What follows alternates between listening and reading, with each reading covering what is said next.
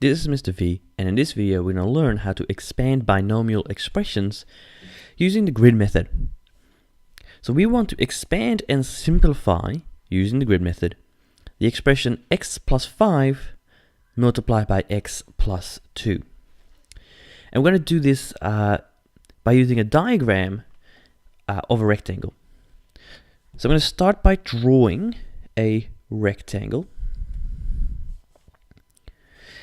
And what we're going to do is we're going to label the sides as x plus 5, so the first bracket, and x plus 2, the second bracket. And I'm going to break this rectangle up across the addition sign to create this grid of 4 sections. Now what I want to do is multiply the area of each of those rectangles separately. So in this rectangle, it's going to be x times x, which is going to give us a very nice x squared. So the area of that rectangle is x squared.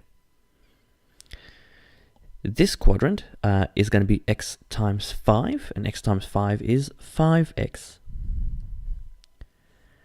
The area of this bottom rectangle is 2 times x, which would be 2x. And lastly, the area of this last rectangle is going to be 2 times 5, which of course is 10. We're then going to add up all of those component areas to figure out the total area of this rectangle, and therefore the equation that's expanded. So the expression x plus 5 multiplied into x plus 2 is going to expand out to be x squared plus 5x plus 2x plus 10, which are these 4 terms all added up. Lastly, I want to have a quick look at this equation and just see, can we simplify this any more? And I'm hoping that you can look at this equation and see that, well, yes, both 5x and 2x have an x. So they are like terms, and so we can simplify those. This is going to become x squared.